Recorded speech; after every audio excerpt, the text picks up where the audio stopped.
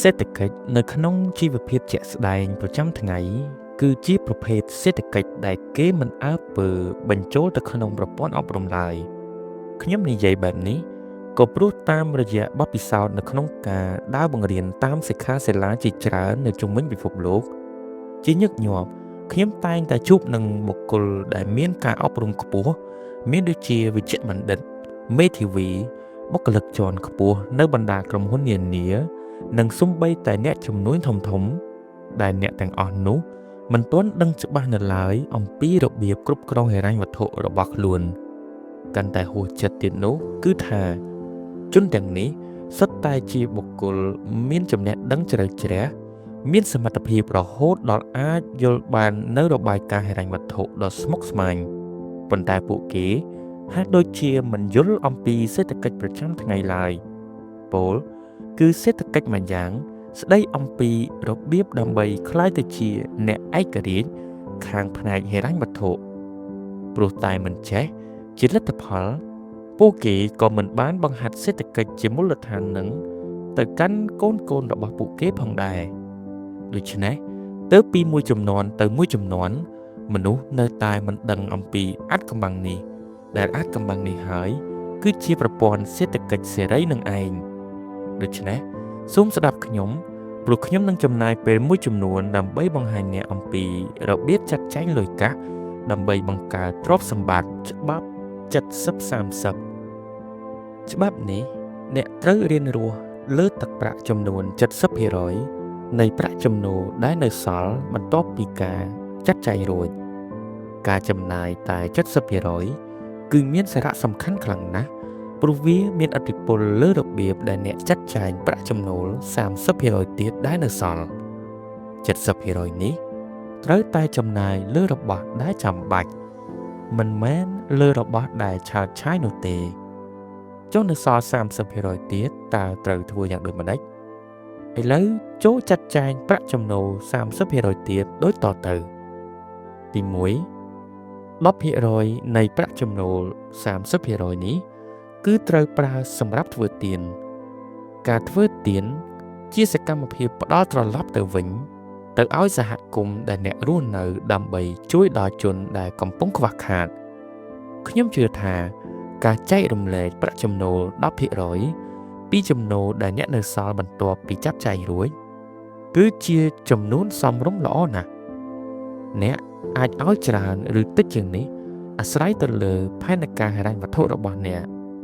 មនុស្សមួយចំនួនចូលចិត្តឲ្យប្រាក់ដើម្បីធ្វើទានរបស់ខ្លួនទៅតាមរយៈព្រះវិហារឬអង្គការសប្បុរសធម៌ដែលផ្សេងទៀតចូលចិត្តឲ្យទៅបុគ្គលផ្ទាល់តែម្ដងប៉ុន្តែមិនថាអ្នកចង់ឲ្យដោយផ្ទាល់ដៃឬតាមរយៈស្ថាប័នចូលអ្នកកំណត់ចំនួនភាគរយនៃប្រាក់ចំណូលដើម្បីទុកធ្វើទានឲ្យបានច្បាស់លាស់ល្អសកម្មភាពធ្វើទាននេះគួរតែបង្រៀនឬរៀនតាំងពីពេលនៅវ័យតូចពេលវេលាដែលល្អបំផុតដើម្បីបង្រៀនក្មេងៗឲ្យចេះធ្វើទានគឺនៅពេលដែលពួកគេរកបាន$1ដំបូងបង្អស់ចូលបង្រៀនគេតាមរយៈការដើរធូរតែម្ដងដូចជាយកគេទៅកន្លែងមួយដែលមានមនុស្សក្រីក្រជាច្រើនរស់នៅដូច្នេះគេអាចរៀនអំពីសេចក្តីមេត្តាធម៌ប្រសិនបើគេយល់អំពីទិដ្ឋភាពនេះពេលនោះគេមុខជាមិនកំណាញ់មិនចង់ចែកប្រាក់ដែលគេរកបានឡើយព្រោះក្មេងៗមានចិត្តទូលាយណាស់មានមូលហេតុមួយទៀតដែលថាសកម្មភាពធ្វើទានគួរតែត្រូវបង្រៀននៅពេលចំនួនប្រាក់នៅតិចនៅឡើយព្រោះវាងាយស្រួលនៅក្នុងការកាត់យកចំណាយតូចមួយចេញពីប្រាក់$1ដោយសារវាមើលទៅនៅតិចតួចនៅឡើយប៉ុន្តែផ្ទុយមកវិញបើចាំរហូតដល់មានលុយ$1លានចាំកាត់យកចំនួន$100,000ដើម្បីទៅធ្វើទានមើលទៅច្រើនសម្បំណាស់អ្នកប្រហែលជានិយាយអូបើខ្ញុំមានប្រាក់ចំនួន$1លានខ្ញុំនឹងដក$100,000សម្រាប់ធ្វើទានភ្លាមខ្ញុំមិនប្រកាសថាអ្នកអាចធ្វើបាននោះទេ$100,000គឺច្រើនខ្លាំងណាស់ដូច្នេះយល់ល្អយើងគួរតែចាប់ផ្ដើមតាំងពីដើមទីគឺនៅពេលចំណូលនៅតូចនៅឡើយ ពេលនោះវានឹងคล้ายទៅជាទម្លាប់មុនពេលដែលអ្នកមានប្រាក់ចំណូលច្រើនទី2ប្រាក់ចំនួន 10% ទៀតនៃប្រាក់ចំណូល 30% របស់អ្នកគឺជាប្រាក់ទុនដើម្បីឲ្យអ្នកប្រើដើម្បីបង្កើតទ្រព្យសម្បត្តិបន្ថែមទៀតនេះគឺជាប្រាក់ដែលអ្នកនឹងប្រើដើម្បីទិញជួសជុលផលិតឬលក់គន្លឹះគឺអ្នកត្រូវចូលរួមទៅក្នុងសកម្មភាពជំនួញបើទោះបីជាការរកស៊ីក្រៅម៉ោងក៏ដោយខ្ញុំជឿថាម្នាក់នៅទីនេះគួរតែចូលរួមទៅក្នុងសកម្មភាពជំនួញតាមបែបពួកមូលធននិយមព្រោះយើងមានជំនឿថាដើមទុនគឺតែងតែស្ថិតនៅក្នុងដៃរបស់ប្រជាជនផ្ទុយមកវិញនៅក្នុងសង្គមបែបកុម្មុយនីសគេបង្ហាត់និងចាត់ទុកដើមទុនជារបស់ដែលតែងតែស្ថិតនៅក្នុងដៃរបស់រដ្ឋជានិច្ចនេះគឺជាការខុសគ្នាស្រឡះតែម្ដងកុម្មុយនីសមានទំនុកចិត្តតិចតួចណាស់លើសមត្ថភាពរបស់បុគ្គលម្នាក់នៅក្នុងការសម្រេចចិត្តប្រកបដោយភាពវៃឆ្លាតជាលទ្ធផលអ្នកមានអំណាចចង់គ្រប់គ្រងអ្វីគ្រប់យ៉ាងនៅក្នុងដៃរបស់រដ្ឋចំណែកឯប្រទេសយើងវិញក៏ដូចជាប្រទេសផ្សេងឯទៀតដែលមានប្រព័ន្ធសេដ្ឋកិច្ចទីផ្សារសេរីយើងជឿជាក់ថាទេពកោសល្យគឺស្ថិតនៅក្នុងដៃរបស់ប្រជាជនពលគឺស្ថិតនៅក្នុងដៃរបស់យើងម្នាក់វាគឺជាបុគ្គលម្នាក់មិនមែនជារដ្ឋនោះទេដែលមានគំនិតថ្មីនិងច្នៃប្រឌិតសម្រាប់បង្កើតផលិតផលនិងសេវាកម្មការស្វែងរកផលចំណេញគឺជាគ្រឿងពន្យល់ចិត្តដ៏ខ្លាំងក្លាបំផុតដើម្បីបង្កើតភាពសម្បូរសប្បាយហូរហៀឲ្យដល់ជីវិតរបស់មនុស្សគ្រប់គ្នាដូច្នេះតើអ្នកនឹងបង្កើតទ្រព្យសម្បត្តិរបស់ខ្លួនតាមរយៈការដាក់សន្សំប្រាក់ចំណូលម្ដង 10% ដើម្បីធ្វើឲ្យជីវិតសម្បូរសប្បាយរុងរឿងដោយរបៀបណាមានវិធីសាស្ត្រច្រើនណាស់ចូលសាកល្បងស្រមើស្រមៃបន្តិចទៅមើលចូលស្រមៃមើលជំនាញទាំងឡាយណាដែលអ្នកបានអភិវឌ្ឍនៅឯកន្លែងការងារឬជំនាញដែលអ្នកទទួលបានតាមរយៈសកម្មភាពកម្សាន្តនានាអាចជាជំនាញអ្នកអាចប្រើប្រាស់ដើម្បីបង្កើតផលចំណេញលើពីនេះទៅទៀតនោះអ្នកក៏អាចរៀនទិញទំនិញពីហាងលក់ដុំដើម្បីយកទៅលក់រាយដោយខ្លួនឯងឬអ្នកអាចទិញសម្ភារៈណាមួយដែលខូចហើយជួសជុលវាឲ្យស្អាតឡើងវិញប្រសិនបើអ្នកមានសំណាងបានធ្វើការនៅកន្លែងមួយដែលផ្ដល់ប្រាក់បន្ថែមឲ្យបុគ្គលិកដែលធ្វើបន្ថែមម៉ោងចូលអ្នកធ្វើការបន្ថែមដើម្បីបង្កើនប្រាក់ចំណូលហើយប្រើប្រាស់ប្រាក់ចំណូលនោះទៅវិនិយោគលើជំនាញរបស់ខ្លួនឯងនរណាទៅដឹងទៅប្រហែលជាទេពកោសល្យរបស់អ្នកកំពុងតែពួនសំងំនៅក្នុងខ្លួនហើយរងចាំតែឱកាសដើម្បីបង្ហាញវាមកក្រៅតែប៉ុណ្ណោះក៏ថាបាននេះជាគំនិតគួរជាទីរីករាយបំផុតពោលគឺគំនិតធ្វើការពេញម៉ោងឲ្យក្រុមហ៊ុនហើយធ្វើការក្រៅម៉ោងឲ្យខ្លួនឯងទៅហេតុអ្វីក៏មិនធ្វើបែបនេះដោយភាពស្មោះត្រង់តើអ្នកនឹងមានអារម្មណ៍យ៉ាងណាប្រសិនបើអ្នកនិយាយខ្ញុំធ្វើការដើម្បីក្លាយទៅជាអ្នកមានស្ដុកស្ដាំម្នាក់គឺមិនមែនធ្វើដើម្បីតែបង់ថ្លៃវិក្កយបត្រនោះទេនៅពេលដែលអ្នកមានផែនការហិរញ្ញវត្ថុរួចហើយអ្នកនឹងពេញទៅដោយកម្លាំងចិត្តរហូតដល់អ្នកមិនចង់ចូលគេងនៅពេលយប់ថែមទៀតផងចុងក្រោយគឺការសន្សំប្រាក់ចំណូល 10% ចុងក្រោយគឺជាប្រាក់សម្រាប់សន្សំទុកខ្ញុំយល់ថាវាគឺជាផ្នែកមួយនៃផែនការហិរញ្ញវត្ថុដ៏គួរជាទីរីករាយបំផុតព្រោះកញ្ចប់ប្រាក់សន្សំនេះអាចធ្វើឲ្យអ្នកមានអារម្មណ៍សន្តិភាពដោយសារតែការសន្សំនេះគឺហាក់ដូចជាកំពុងតែរៀបចំអ្នកដើម្បីប្រឈមមុខនឹងរដូវត្រជាក់នៃជីវិតនាពេលខាងមុខហើយតាមរយៈប្រាក់សន្សំដែលចេះតែកើនជានិច្ចនេះឯងអ្នកមុខជានឹងអាចសន្សំបានប្រាក់យ៉ាងច្រើនសន្ធឹកសន្ធាប់នៅក្នុងរយៈពេលប៉ុន្មានឆ្នាំនោះជាក់ជាមិនខានឥឡូវនេះយើងយកគំនិតកូនក្មេងមកពិភាក្សាអំពីរឿងសេដ្ឋកិច្ចវិញម្ដងពេលវេលាដ៏ល្អបំផុតដើម្បីបង្ហាត់ក្មេងម្នាក់អំពីទ្រឹស្ដីមូលធននិយមគឺនៅពេលដែលគាត់ចាប់ផ្ដើមយល់ថា គាត់អាចមានសមត្ថភាពរកប្រាក់បន្ថែមបានដោយខ្លួនឯងតាមរយៈការធ្វើខ្លួនឯងនឹងឲ្យคล้ายទៅជាមនុស្សមានប្រយោជន៍ម្នាក់ជាមុនសិនប៉ុន្តែមុននឹងអនុញ្ញាតឲ្យកូនរបស់អ្នកចាប់ផ្ដើមរៀនរកលុយដោយខ្លួនឯងអ្នកគួរតែបង្ហាត់គាត់អំពីរបៀបចូលប្រឡូកនៅក្នុងវិស័យជំនួញដែលពិតប្រាកដឧទាហរណ៍កូនក្មេងគួរមានកង់2កង់មួយសម្រាប់ជិះខ្លួនឯង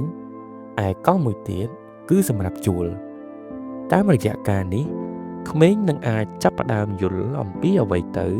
ជាពិភពជំនួញឬការរកស៊ីវាមិនត្រូវការអ្វីច្រើនទេដើម្បីចាប់ផ្ដើមមុខរបរមួយវាមិនត្រូវការដើមទុនរហូតដល់រាប់លានដុល្លារនោះឡើយ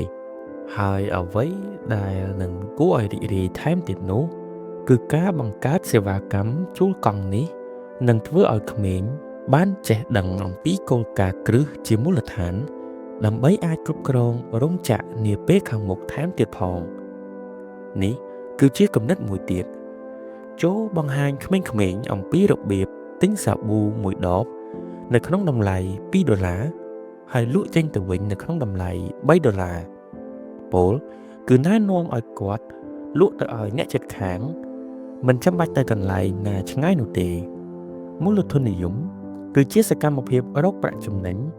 តាមរយៈការយកទំនិញឬសេវាកម្មទៅលក់នៅលើទីផ្សារនេះហើយគឺជារបៀបបង្កើតទ្រព្យសម្បត្តិហើយក៏ត្រូវបង្រៀនកូនផងដែរអំពីគុណសម្បត្តិក្នុងនាមជាក្មេងម្នាក់ចូលប្រាប់គាត់ថាមនុស្សមួយចំនួននឹងទិញទំនិញរបស់គាត់គឺព្រោះតែគាត់ជាក្មេងតូចចននេះដែលចេញពីផ្ទះរបស់ខ្លួនតម្រង់ទៅផ្ទះរបស់លោកស្រីជូនហើយគោះទ្វារពេលលោកស្រីជូនបើកទ្វារចននេះនិយាយថាអ៊ំស្រីខ្ញុំមានសាប៊ូមួយដបដែលល្អបំផុត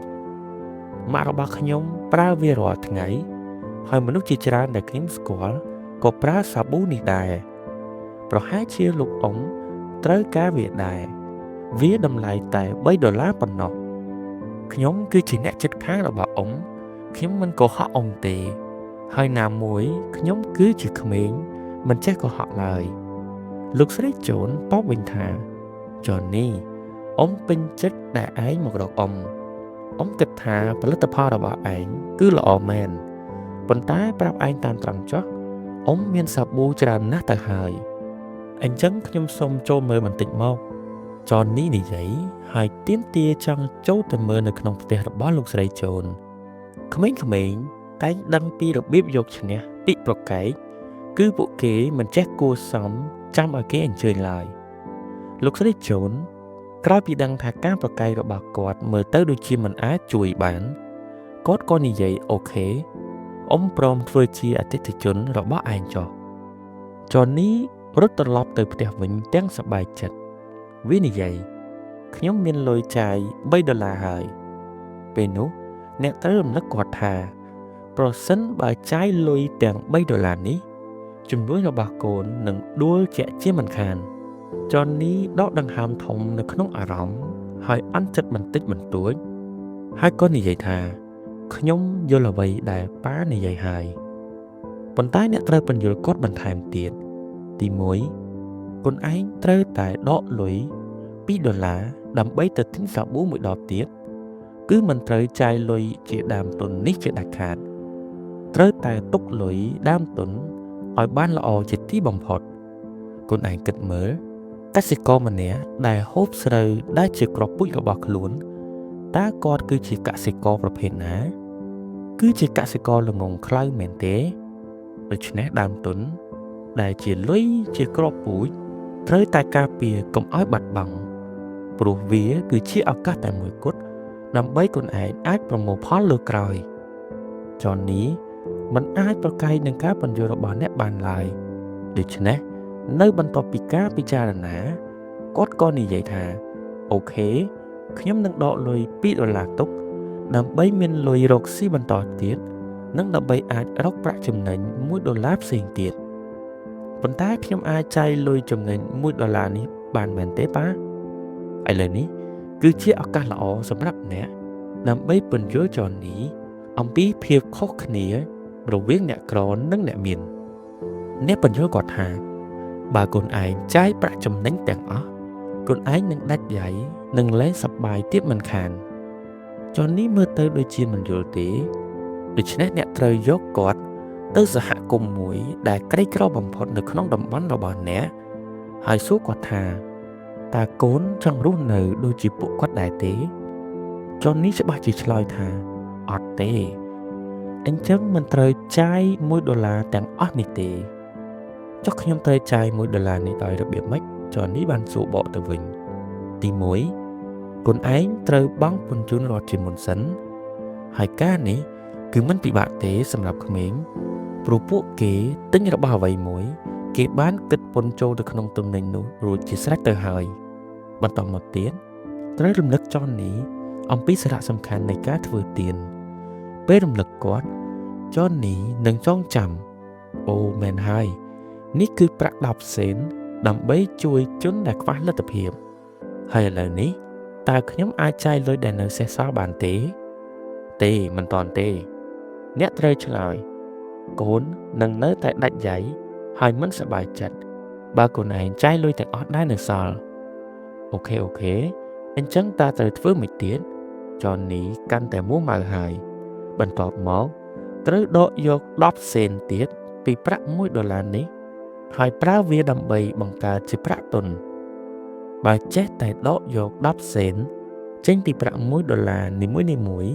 ដែលកូនឯងរកបានមកសន្សំទុកថ្ងៃណាមួយ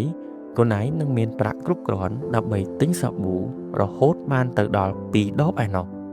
គឺមិនមែន1ដបដូចមុនទៀតទេការពន្យល់នេះពិតជាច្បាស់លាស់ល្អមែនបន្ទាប់មកអ្នកពន្យល់គាត់ថាក្រុមហ៊ុនមួយចំនួននឹងបញ្ចុះតម្លៃឲ្យកូនឯងប្រសិនបើកូនឯងទិញម្ដង2ដប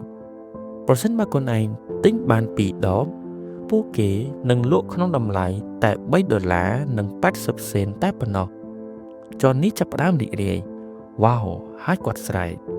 ដូច្នេះពេលដែលខ្ញុំលក់ចេញទៅវិញខ្ញុំនឹងបានប្រាក់ចំណេញកាន់តែច្រើននេះហើយគឺជាការពិតម្នាក់រត់រកចំណេញបានពីការកើនឡើងនៃប្រាក់ដើមទុនក្រុមហ៊ុនលក់ម្ដង2ដបឯចននេះអាចសន្សំលុយបានមួយចំណែកហើយគាត់ក៏ធ្វើដំណើរទៅទិញតែម្ដងប៉ុណ្ណោះហើយណាមួយគាត់ក៏អាចដាក់សន្សំបានច្រើនជាងមុនឬគាត់អាចបញ្ចុះតម្លៃឲ្យលោកស្រីជូនបានថែមទៀតផងប្រសិនបើលោកស្រីទិញម្ដង2ដបចននេះនិយាយស្ដាប់មើលទៅអស់ហើយមែនទេបាទឥឡូវនេះខ្ញុំអាចចាយលុយដែលនៅសល់ហើយមែនទេឪពុកនិយាយនៅទេកូនត្រូវធ្វើរឿងមួយទៀតយើងត្រូវយកលុយសន្សំរបស់កូនឯងទៅដាក់ក្នុងធនាគារតើធ្វើអញ្ចឹងដើម្បីអីទៅដូច្នេះអ្នកពន្យល់គាត់ថាពេលដែលកូនឯងបានប្រាក់$1ម្ដងកូនឯងត្រូវដកយក10សេនហើយដាក់វាចូលទៅក្នុងគណនីសន្សំនៅធនាគារពេលនោះធនាគារនឹងផ្ដល់ប្រាក់ការឲ្យកូនហេតុអ្វីបានជាធនាគារធ្វើបែបនេះព្រោះមានគម្រោងមួយចំនួនដូចជាការកសាងអគារខ្ពស់ឬកសាងរោងចក្រជាដើមត្រូវការយកលុយយ៉ាងច្រើនដែលម្ចាស់អគារនិងរោងចក្រមិនទាន់មានគ្រប់គ្រាន់ដូច្នេះយើងមានប្រព័ន្ធមួយដែលអនុញ្ញាតឲ្យយើងគ្រប់គ្នាអាចវិនិយោគលុយរបស់យើងទៅក្នុងធនាគារហើយពេលធនាគារទទួលបានលុយច្រើនគ្រប់គ្រាន់ធនាគារនឹងផ្ដល់ប្រាក់នេះទៅឲ្យម្ចាស់អគារនិងម្ចាស់រោងចក្រដើម្បីខ្ចីការនេះនឹងជួយបង្កើតការងារធ្វើហើយជួយមនុស្សបានច្រើនអ្នកបន្ទាប់ពីយកលុយកូនឯងទៅប្រើប្រាស់ហើយធនាគារនឹងឲ្យប្រាក់ការមកកូនតើធនាគារឲ្យប្រាក់ការប៉ុន្មានទៅឲ្យក្មេងបែបនេះគឺស្មើនឹងមនុស្សចាស់ដែរចននេះសឹងតែមិនជឿនៅពេលឮបែបនេះប៉ាមានន័យថាកូនអាចទទួលបានការប្រាក់ស្មើនឹងមនុស្សចាស់មែនទេគាត់សួរបញ្ជាក់មែនហើយលុយរបស់កូនឯងនឹងកើនលឿនដូចជាលុយរបស់អ្នកផ្សេងទៀតដែរតើខ្ញុំអាចដកលុយមកវិញបានទេប្រកាសជាបានហើយពេលដកមកវិញលុយកូនឯងនឹងមានចំនួនច្រើនជាងលុយដែលកូនឯងបានដាក់អូអស្ចារ្យមែនអញ្ចឹងឥឡូវនេះខ្ញុំអាចយកលុយដែលនៅសល់ហើយមែនទេ ចាយបានហើយចុះនេះតើយកលុយដែលនៅសល់ទៅញ៉ាំការៀមជាមួយប៉ាអ្នក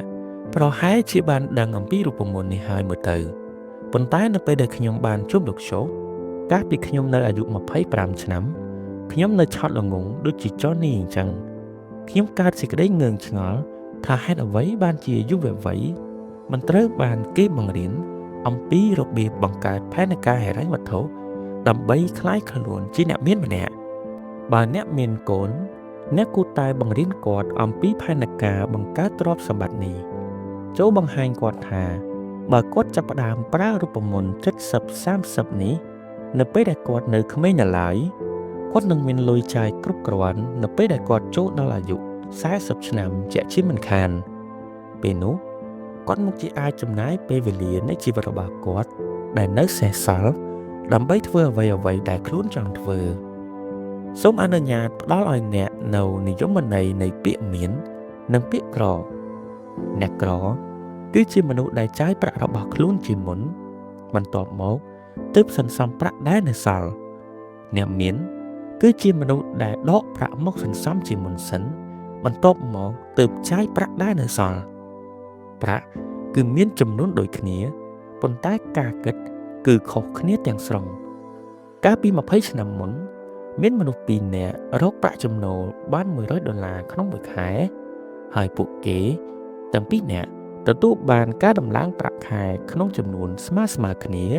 នៅក្នុងរយៈពេលប៉ុន្មានឆ្នាំក្រោយមកទៀតប៉ុន្តែបុរសម្នាក់មានគំនិត